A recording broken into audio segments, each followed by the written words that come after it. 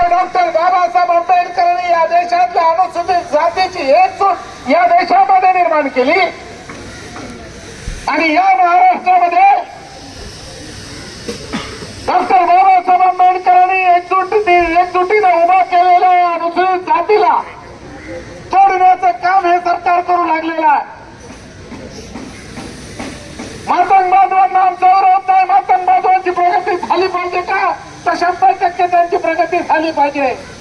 मांगाचा पोरगा शिकला पाहिजे का? तर 100% मांगाचा पोरगा शिकला पाहिजे. मांगाच्या पोरांनी कलेक्टर झालं पाहिजे. एवढंच काय तर मांगाच्या पोरांनी या महाराष्ट्राचा मुख्यमंत्री सुद्धा झाला पाहिजे आमचा त्यांना पाठिंबा आहे. परंतु आपल्यामध्ये फूट पाडू नका.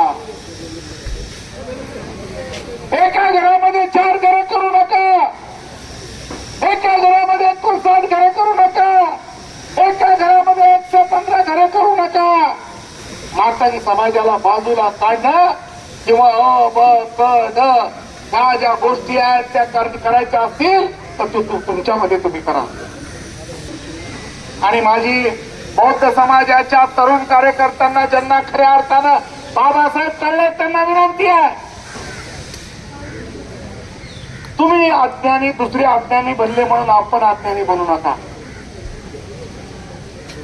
आपल्याचा त्याच्यात फरक काय मग? अरे बाबासाहेब आंबेडकरांनी खालच्या वर्गाला वरती आणण्याचं काम केलं पाहिजे असं बाबासाहेबांनी सांगितलं. त्यांनी 2 शिव्या दिल्या म्हणून तुम्ही शिव्या द्यायच्या का?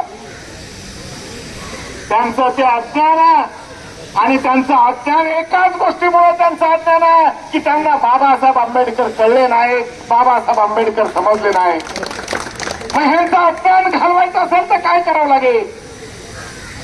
इथं मोर्चामध्ये आलेल्या सर्वांना माझी विनंती आहे, त्यांचं अज्ञान घालवायचं असेल तर त्यांना शिव्या देऊन अज्ञान जाणार नाही, तर त्यांना शिक्षणाच्या मार्गावर तुम्हाला आणावं लागेल. त्याच्याशिवाय त्यांचं अज्ञान जाणार नाही. या महाराष्ट्रात आणि देशातल्या चमारांनी एक गोष्ट ऐकली बाबासाहेबांची. या देशातल्या चमारांची आणि या महाराष्ट्रातल्या महाराजांची प्रगती का झाली? बाबासाहेबांनी सांगितलं की शिक्षणाशिवाय तुमचा उद्धार होणार नाही. महाराष्ट्रातला महाराष्ट्रामधला चर्मकार शिकला. त्यांनी स्वतःच्या पोटाला चिमटा घेतला परंतु लेकरं शिकवली.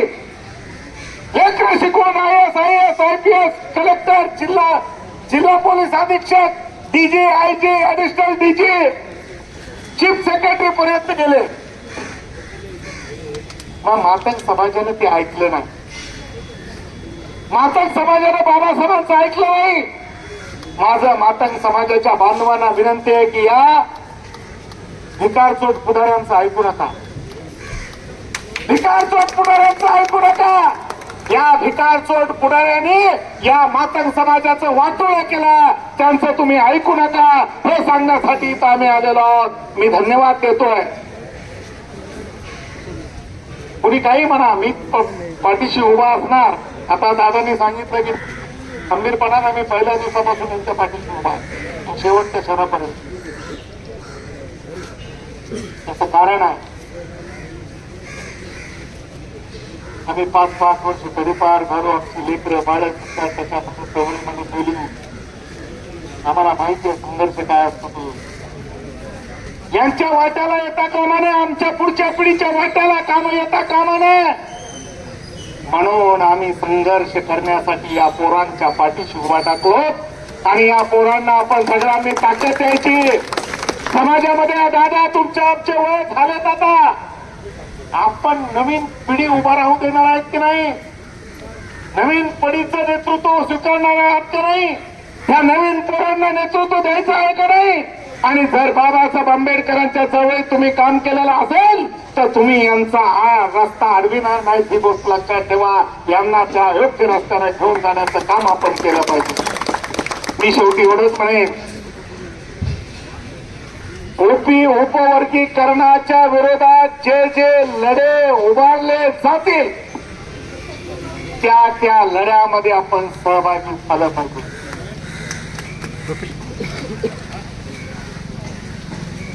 तुम्ही म्हणाल गेले तापलाय उपवर्गीकरणाचा आम्ही लॉंग मार्च केला आमच्यात सामील झाले नाही म्हणून आम्हाला त्यांच्या सामील व्हायचं नाही. गरम झालं नाही बरोबर आहे. हे असं चालणार नाही. तो आंबेडकरवाद नाही आहे. तो आंबेडकरवाद नाही. तो फुटीरवाद आहे. फुटीरचा वाद आहे. कुणी येत नाही येत. जिथे बाबासाहेब दिसतील तिथं तिथं आपण उभं टाकलं पाहिजे एवढीच विनंती करतो आणि माझे 2 शब्द संपवतो. जय भीम, जय भारत, जय शिवराय.